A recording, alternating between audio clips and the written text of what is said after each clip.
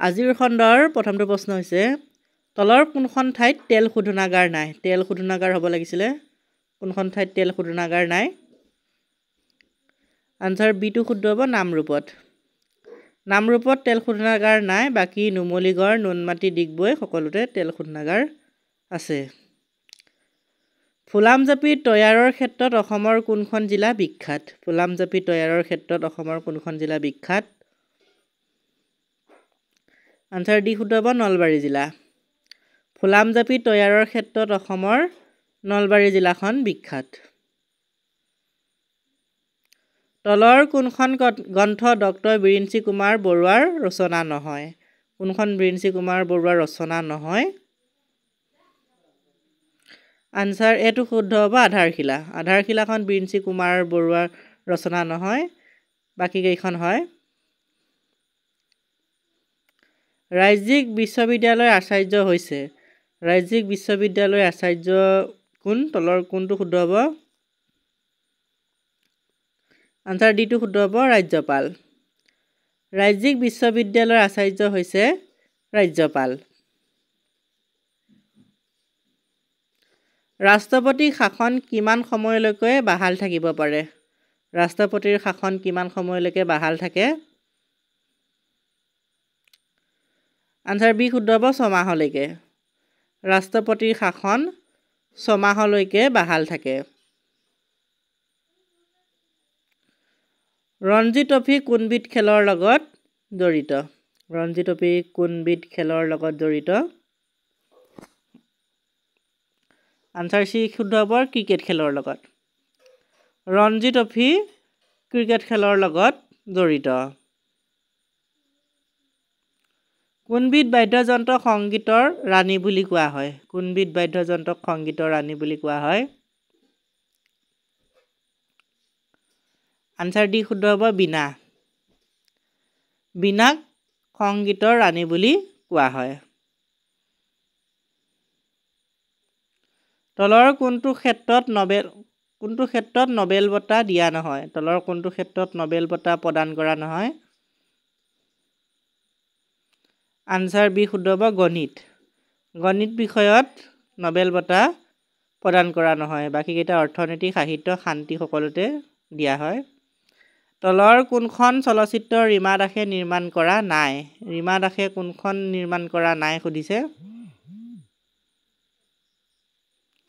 Answer এ শুদ্ধ হ'ব চেমখৰখন ৰীমা দাসে নিৰ্মাণ কৰা নহয় বাকি কেইখন হয় চেমখৰখন কোনে কৰিছিলে কমেন্ট কৰি জনাব অসমত 108 নম্বৰটো ডায়েল কৰি লাভ কৰিব পৰা সেৱাবিধৰ নাম হৈছে 108 ডায়েল কৰি লাভ কৰিব পৰা সেৱাবিধ কোনবিধ হয় আনসাৰ এ শুদ্ধ হ'ব মৃত্যুঞ্জয় এম্বুলেন্স সেৱা লাভ কৰিব পাৰি 108 নম্বৰ ডায়েল কৰি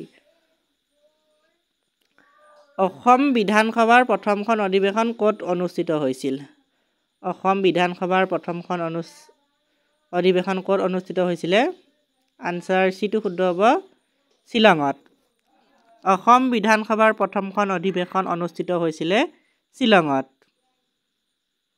ৰাজ্য এখনৰ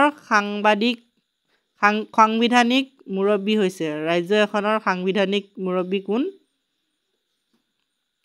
আনসাৰ বিটো শুদ্ধ হ'ব ৰাজ্যপাল ৰাজ্য এখনৰ সাংবিধানিক মুৰব্বী হৈছে ৰাজ্যপাল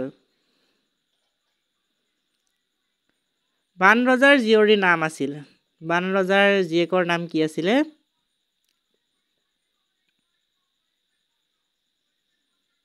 আনসাৰ এ শুদ্ধ হ'ব উষা বানৰজাৰ জীয়েকৰ নাম আছিলে উষা দেৱী ইন্দিৰা গান্ধী বঁটা লাভ কৰা প্ৰথম অসমীয়া চলচ্চিত্ৰ হৈছে ইন্দিৰা গান্ধী বঁটা লাভ কৰা প্ৰথম অসমীয়া চলচ্চিত্ৰ কোনখন আনসাৰ ডিটো শুদ্ধ হ'ব ৰাগ বিৰাগ ইন্দিৰা গান্ধী বঁটা লাভ কৰা প্ৰথম অসমীয়া চলচ্চিত্ৰখনৰ নাম হৈছে ৰাগ বিৰাগ ৰাষ্ট্ৰপতিৰ পুৰস্কাৰ লাভ কৰা প্ৰথম অসমীয়া চলচ্চিত্ৰখন হৈছে ৰাষ্ট্ৰপতি পুৰস্কাৰ লাভ কৰা প্ৰথম অসমীয়া চলচ্চিত্ৰ কোনখন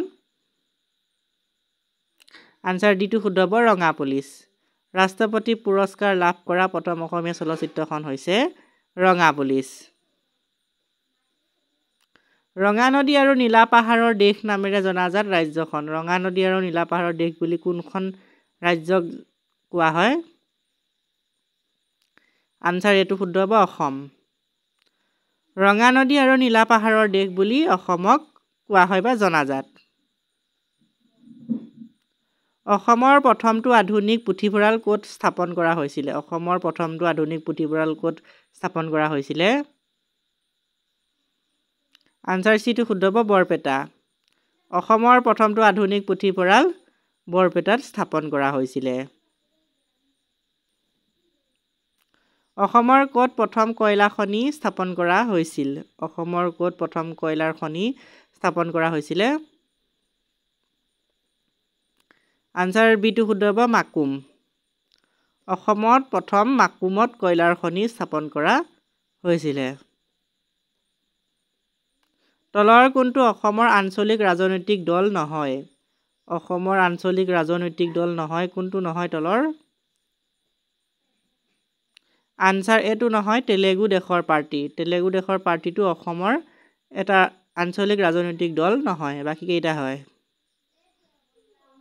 ব্ৰহ্মপুত্ৰৰ ওপৰত প্ৰথমখন দলং কোনে উদ্ঘাটন কৰিছিল? ব্ৰহ্মপুত্ৰৰ ওপৰত প্ৰথমখন দলং কোনে উদ্ঘাটন কৰিছিলে? আনচাৰ এইটো শুদ্ধ হ'ব জৱাহৰলাল নেহেৰু। ব্ৰহ্মপুত্ৰৰ ওপৰত প্ৰথমখন দলং জৱাহৰলাল নেহেৰুৱে উদ্ঘাটন কৰিছিল।